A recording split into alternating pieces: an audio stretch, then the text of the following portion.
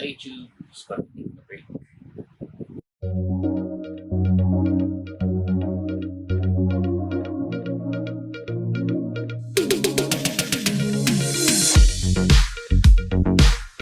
Again, this is Papa Keevs, and ano ba? Actually, for this week's video, nagre-research lang ako with regards to yung other forms of earning crypto. So for this week, ang nakita ko naman is regarding staking or proof of stake. Specifically staking ng Cardano na cryptocurrency. So, as of the present, I'm still mining. Investment 101 or cash flow 101 is you have to diversify or increase your income streams. And since medyo okay yung with regards to mining, I was looking into more things to look at kasi right now Philippine stocks medyo mababa. Nag-aabang nga ako ng parang buy signal para doon sa mga stocks na binabenta pero na wala pa. So naghanap pa akong iba. And nahanap ko is staking with regards to crypto, proof of stake. I've already started a couple of days ago or a week ago. And then, ang first payout from the first time that you delegate will be 15 days. So, I'll probably wait and parang ginawa ko ng mining. So, gawin ko lang siya 15 days ngayon kasi yun yung first na payout. And then the next payouts are always 5 days yan. So, para lang mapakita ko how it works and then how's the profitability, if it's good. And I think that's it. So, hopefully, I'll give more details after a couple of days of waiting for the payment and doing my research na mas maging clear yung explanation ng how staking works. I think yun muna. I'll see you again in 15 days to see kung gaano kadami na earn ko and how ilang percentage and then how was the experience again this is all experience anecdotal, so take it with a grain of salt and do your own research if you want to try it. Okay, see you in 15 days.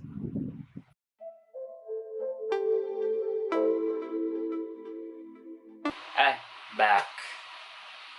So it's been, I think, let's check. It's been 15 days after akong mag-start mag-stake or mag-start ng staking ng Cardano. And I just received my first payout, so I think it's a good it's a good time to actually siguro give you yung how the experience went, siguro a bit of pros and cons na rin with regards to proof of stake. Tapos actually yun lang naman, more on my experience. And again, just a disclaimer, this is not a how-to guide, this is not a step-by-step guide. More on, talaga, anecdotal experience ko, how it went. So, if you're thinking about trying it in the future or if you're thinking about trying it, use yung information na makuha nyo sa akin with a grain of salt. And siguro, verify that information with other parang sources on the internet, on YouTube. At least para ma-verify mo na tama yung information na tama yung information na meron ka before you start. Kasi this is Ano, this is going into yung talagang investments with capital talaga. So, siguro yung best starting point is kung ano yung what is proof of stake siguro. Actually, honestly, hindi ko pa rin talaga magets kung how it works. Hindi ko siya ma-visualize. Kasi yung proof of work or mining, I can visualize it. Kasi I can see it working. Kasi nga, I've tried it. And then, makikita ko talaga na nakikita ko na may ginagawa talaga yung hardware ko to verify yung mga transactions or yung mga transactions sa cryptocurrency network na minamine ko. Kasi I can see the temperatures rising for my GPU, tumataas yung mga core clocks niya, yung memory clocks niya nagra-ramp up pagka start ko siya mag-mine, and it maintains that speed as long as it's mining. Tapos pagka in-off ko na, bababa siya. So nakikita ko talaga, I can visualize how it works. Pero yung proof of stake kasi, from what I've researched and kung ano yung mga nakuha ko sa mga sources, yung definition na nakuha ko sa mga sources, it's basically your proof of stake is locking in a certain amount of the crypto that you want to stake in. And then, yung ilalock in mo na yun na amount of that crypto will help in verifying, validating yung mga transactions sa blockchain or sa cryptocurrency network na yun. So, ewan ko, sa akin kasi hindi ko siya ma-visualize na pagka pinasok mo lang yung amount of cryptocurrency na yun, you locked it in as state. How that actually confirms transactions or verifies, validates transactions within that network. So, hindi ko siya talaga ma-visualize. So, yun. If there's someone out there watching this video that understands it better and can explain it to me, para ma-visualize ko talaga siya maayos. Kasi gusto ko talaga siya maintindihan. Comment lang, please. Pero yun, siguro, moving away from the technical side, more on siguro how it actually earns. So siguro ang best analogy na lang is for people who actually are into stocks is dividends. Ang dividends kasi, there are certain companies that give out dividends for people who earn shares of their company. So, minsan quarterly sila nagbibigay, minsan twice a year, minsan once a year lang. Yung ibang companies, they give out parang cash. Others give out additional shares for their company. And yung iba naman, nagbibigay sila ng shares ng company na owned nila pero hindi yun yung shares na hawak mo talaga. So, yung shares na ininvest mo, una, actually earns additional, either additional shares of that same company, additional shares for a company that that they also own, or money. So you have it there as it's earning for you. Basically, ganun yung proof of stake. You lock it in, it verifies, validates yung mga transactions within that cryptocurrency network, and then if parang if mapili ka as validator, you get parang sabihin natin para siyang tip kasi ikaw yung nakapag-verify ng mga transactions na yun. And then it grows as long as you hold it. Ganun siya. Another way of looking at it is parang time deposit. Time deposit ka, you lock in amount in a bank for a certain number of years. Tapos, you earn higher interest kasi mas nilock in mo yung pera mo dun sa banko na yun. So, parang ganun siya. So, that's how you earn. That's the best way to look at proof of stake with regards to how it earns or paano siya nagpa-function as or paano ka nag-earn via proof of stake. I think that's the best way to look at it in layman's terms. So yun. Siguro pros and cons with proof of stake is, una siguro I'll go into yung setup. Setting it up is, compared to mining, very easy. You need less things. Kasi ang kailangan mo lang pagka sa proof of stake is, syempre, yung tawag dito, yung coin na gusto mong stake and a wallet that supports staking. Yan lang siya. Dalawa lang siya. So you just have to research kung anong wallets yung available na ganon. I think for Cardano, it's Daedalus, Yoroi, and hindi ko sure, pero meron daw mga hardware wallets that can actually support staking. Tapos, syempre, kung mag-accumulate ka ng coin na i-stake mo, easiest way is to buy it. So, yun. That's why parang sinasabi ko na parang proof of stake is more parang traditional investment kasi may capital ka talagang ilalabas. Yung sa akin kasi, parang ang ginawa ko, hindi talaga ako naglabas ng capital for Cardano, for staking Cardano. Kasi what I did was, kung ano yung namamine ko, I convert a percentage of that to coins na gusto kong i-hold.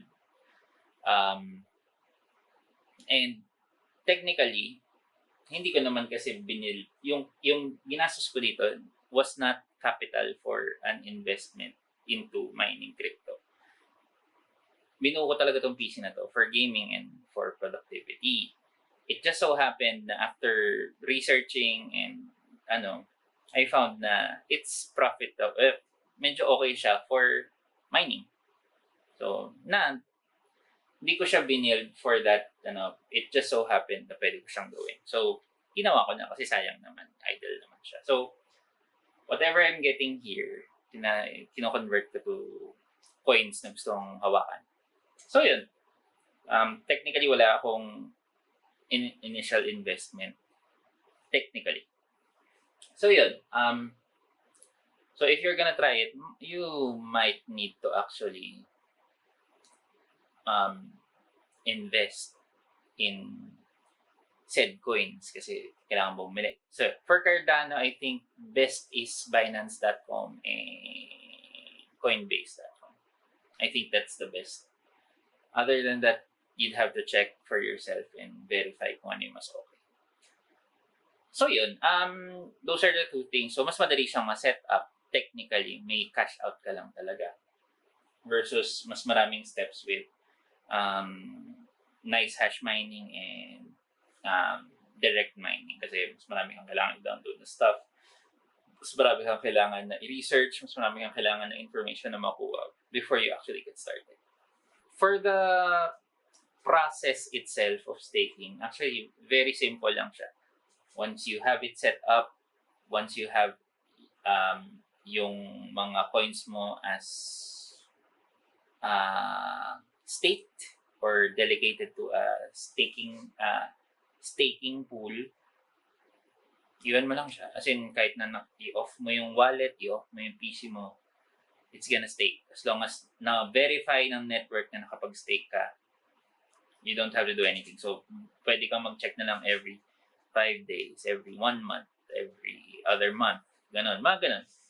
Para makita mo kung kumusta yung nakukuha mo through staking. So, it's actually very hands-off siya. Hindi siya tulad ng mining, which medyo kailangan mo rin siyang bantayan kasi may mga times na since it's hardware related, pagka minsan magkaka-glitch yung hardware mo, biglang mag-black screen ka or biglang mag-restart yung mo na hindi mo alam. And that's happened to me.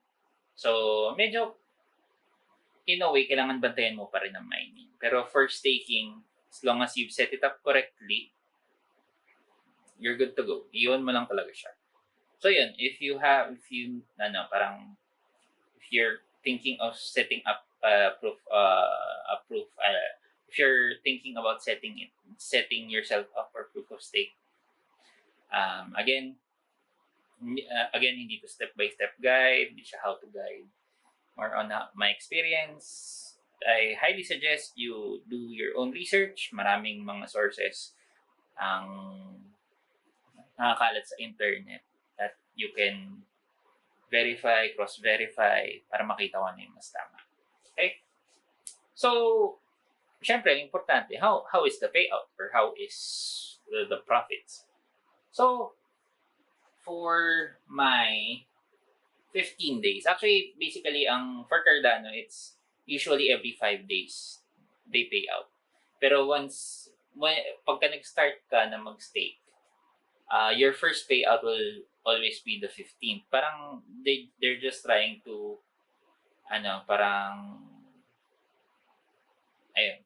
your first payout will always be after 15 days. And then after nun, succeeding will be 5 days, 5 days, 5 days. So yun, so for the rewards, after 15 days, I earned 0.017081. So it's less than 1% of Cardano. And Cardano right now is around $1.74. That's one. So it's less than $1. So parang lumalabas siguro nasa 1 peso and 50 centavos ang na-earn ko from staking Cardano for 15 days. So, looking at it na ganyan lang siya, parang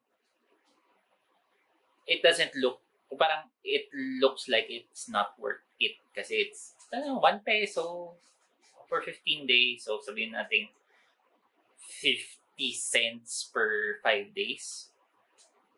That might look bad, pero ewan ko kasi for my situation or for how I'm looking at yung investments ko with crypto, I'm looking at it as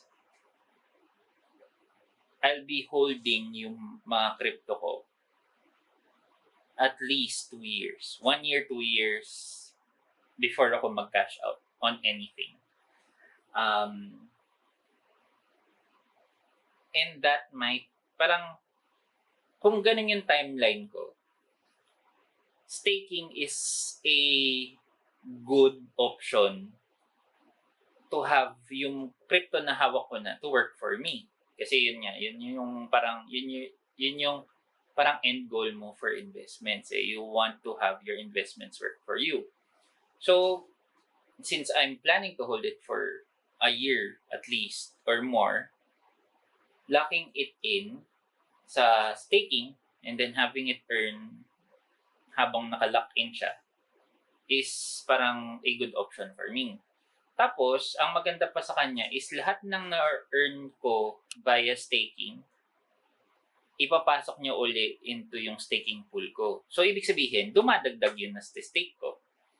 And staking, yung rewards mo from staking is relative to the number of coins or the amount of coins that you've staked in. Or is the amount of coins that you've locked in. So, habang tumatagal, nadadagdagan yung naka-lock-in mo na coins. And since nadadagdagan yung naka-lock-in mo na coins, nadadagdagan din yung rewards mo in the future. So, I think that's a good parang option for me kasi, yun nga, I'm planning to hold it long term.